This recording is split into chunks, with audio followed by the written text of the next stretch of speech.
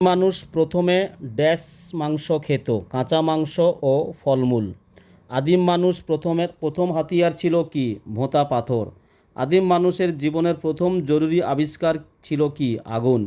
বুদ্ধিমান মানুষ হলো কি? Homo sapiens. সবচেয়ে পুরনো আদিম মানুষের খোঁজ পাওয়া গেছে কোথায়? আফ্রিকা মহাদেশে।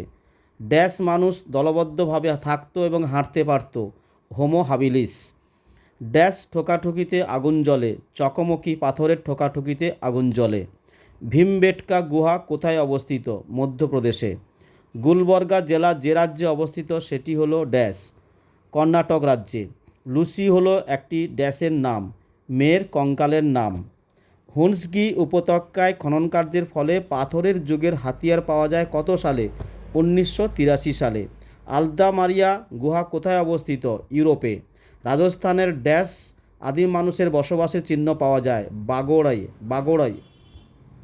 13 কথার অর্থ কী? ষাঁড়।